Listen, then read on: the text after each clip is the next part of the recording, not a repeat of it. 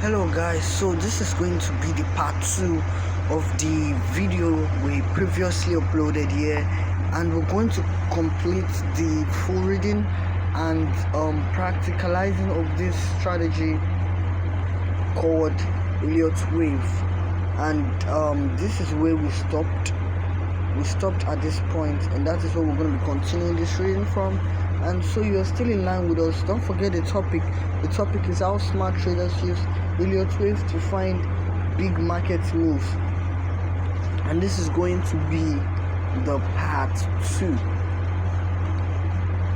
So let us read on, and when we read, I show you the chart, how you can apply it to the market and how you can make it big from trading this Elliott's wave strategy, as it stands as the most important trading strategy in this forex market. So I read on. The 3 golden rules. Always remember these rules. The first is wave 2 never retraces beyond the start of wave 1. So let me do a drawing of the pattern here so you see what they mean. So this is Elliott's wave, and this is wave 1. This is 0. This is going to be labeled 0. This is going to be labeled wave 1. And then this is the start of wave 1. They're telling you that wave 2, which is going to be the retracement, must never retrace beyond the start of wave 1. So let me just take out that. So it can be here, it can even be here, but it should never go beyond the start of wave 1. So let me take that out for simplicity. So I'm just going to draw a 2, and this is a 1, and this is a 2, so you can see that well. So let us read on. So it says,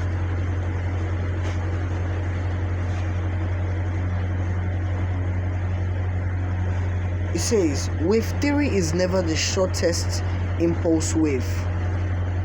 Now let me put that back on the screen so you see it. So now what does it mean when we say wave 3 shouldn't be the shortest? Of this 1, 2 and the 3 and the 4 of the wave you're going to be identifying for the Elliott's wave, wave 3 must not be the shortest. Look at how wave 3 can be. Wave 3 can be as long as this, and that is valid and longer than these 2 waves we've just created here. It can be as long as this, but it should not be shorter than any waves, and that is when you are going to get a valid wave 3. And so this is going to be a wave 3, and I will just take this off and read on to you. So wave 4 should not overlap wave 1 in a standard impulse pattern. If one of these rules is broken, your wave count is likely incorrect. So this is the wave 1, wave 2 and wave 3. So when they tell us that wave 4 should not overlap wave 3, is because wave 4 is also going to be a corrective wave and should never enter into this box. Alright, it shouldn't enter. It can slightly retrace with a wick, but it should never enter wave 1.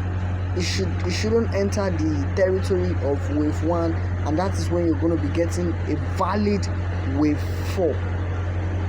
So you can see that I've just drawn that to illustrate how important this is. If you can fully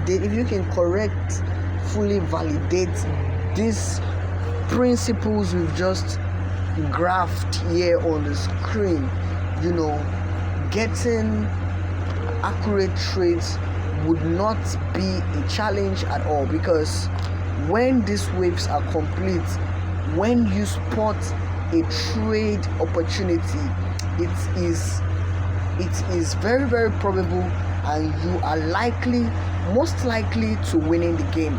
So that is that for that. So wave 4 should not overlap wave 1 in a standard impulse pattern. If one of these rules is broken, your wave count is likely incorrect. That is very important to know, that the rules are meant to be observed religiously, and nothing should be broken, because if anything breaks, then there is an issue. If you did not spot out this principle accurately, likelihood is that you are not getting the Elliott wave pattern correctly, and that is going to result to some error in prediction. You're not going to be accurate well enough to making a good decision in the market. So let us move on to explaining further this pattern. So combine Elliott wave with tools. Elliott wave becomes more effective when combined with Fibonacci retracement, support and resistance, trend line, RSI, MACD volume analysis. The more tools that agree with your wave count, the stronger your trading idea may be. Alright, so they tell us to apply all of these trading tools, all of these trading analysis tools for an appropriate signal. Okay, for an appropriate signal, you need to apply the Fibonacci retracement, you need to make use of support and resistance, you need to make use of trend lines, you need to make use of the RSI or the MACD volume analysis, and then the more tools that agree with the wave count, the stronger your trading idea may be. Now let me take you to the chart and explain that to you real quick.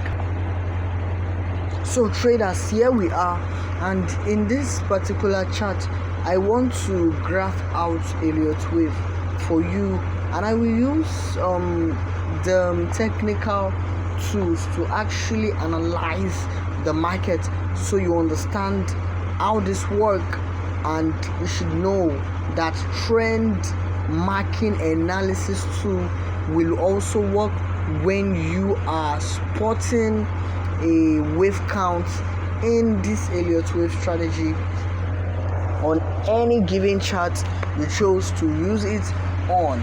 Alright, so this is the high frequency volatility 50 index, and I'm about to calculate Elliott wave right here inside of this trading chart, so you see how it goes.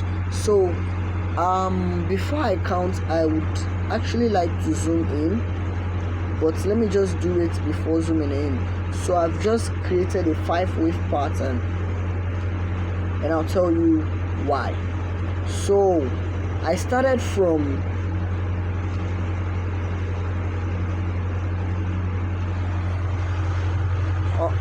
this is wave 1. No, this is wave 2. This is wave 1.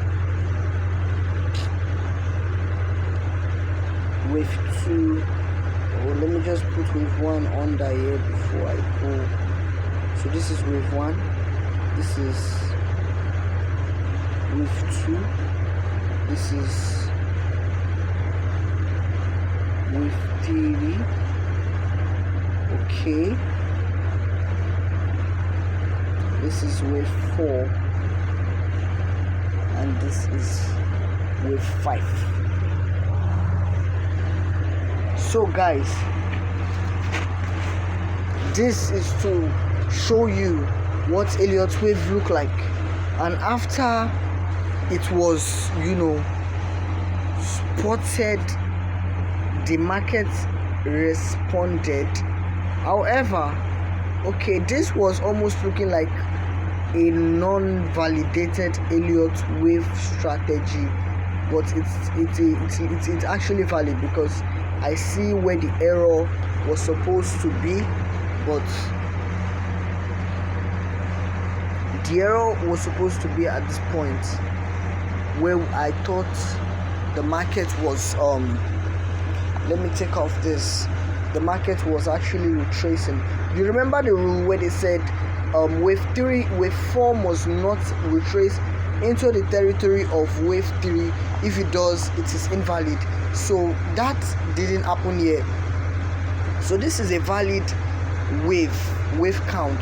Now when we apply technical analysis to this is when we brought out our trend directional tool, which is the trend line, and I'm going to bring out my Fibonacci. I'll draw it from wave 1 to wave 2, and wave 3 slightly hits the 161.8 psychological level that actually resulted into a wave 4.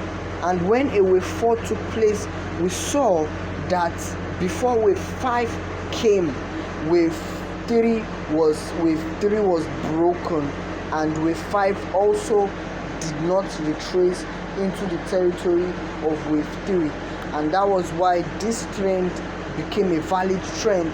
And immediately this happened, a movement to the downside was actually played, and that is what we can see here. So if we had used this wave count to predict this strategy, to predict this market, we are going to get a validated downtrend movement.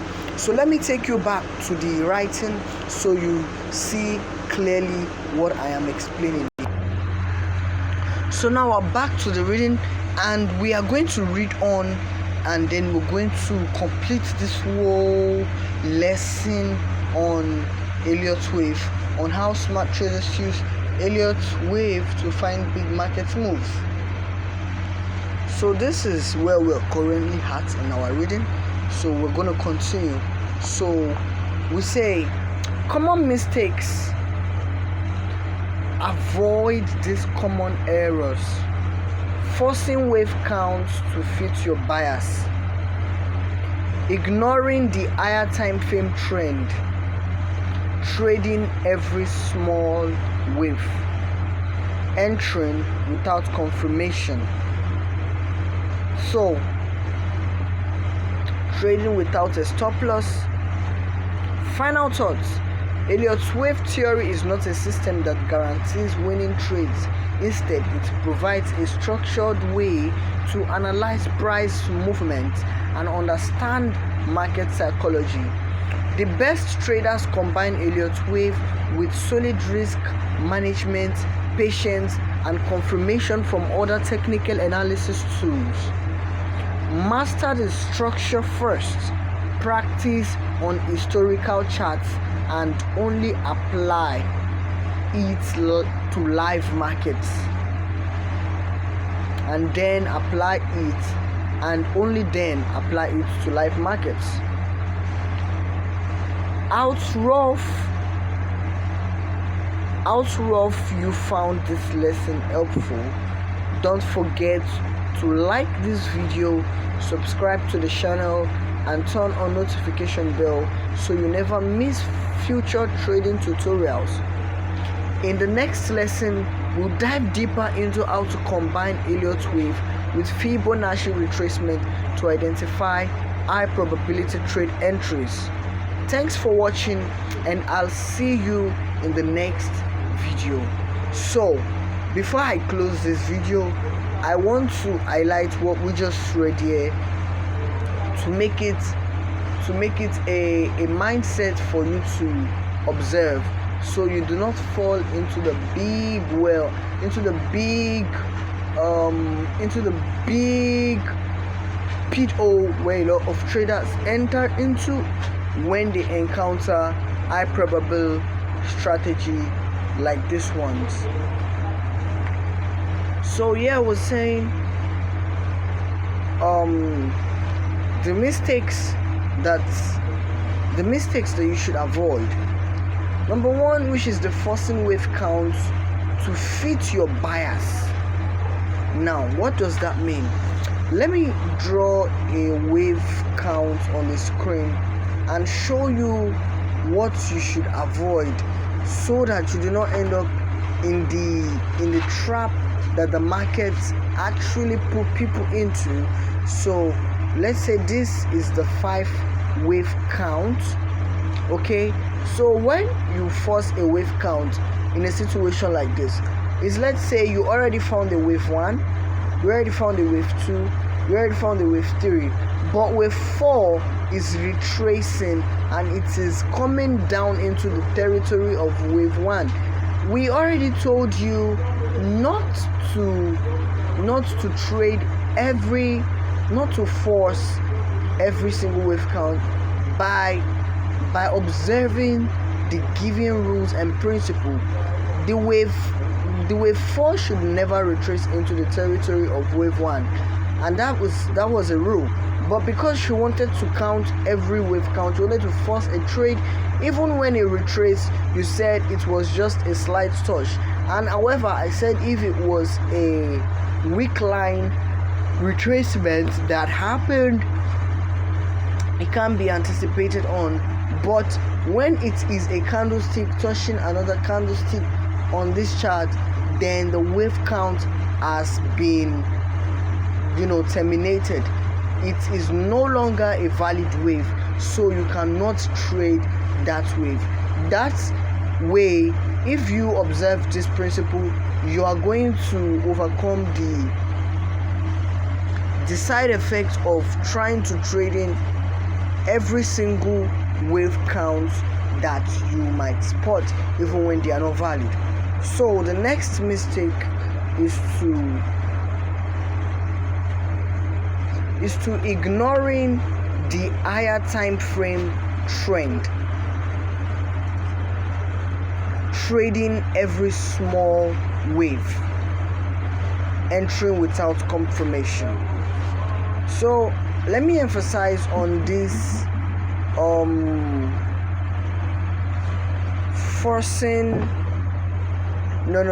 let me emphasize on ignoring the higher time frame trend and trading every small wave. Now, when we talk about ignoring higher time frame trend, we all know that this Elliott wave strategy is a wave strategy that is made up of other waves inside of it. For instance, let me draw a 1, 2, 3, 4, 5 strategy. Remember, I told you in our previous video that every wave is made up of another wave. For instance, this wave 1, wave 2. Wave 2 is made up of a correctional pattern inside of it, which is the ABC pattern, and then the wave 3 is also made up of every single pattern in 5 wave counts inside of it that makes it a valid wave 3. Wave 4 is also made up of the 3 wave counts 1, 2, 3 that retraces it, that validates it a wave count. So when you start to make those mistakes that you should avoid is when we have a wave 1 structure, wave 2 structure, and you are supposed to go inside of a smaller time frame. Like if you were trading with a 1 hour time frame, you are advised to also check the 15-minute time frame, as that is going to be the trend, the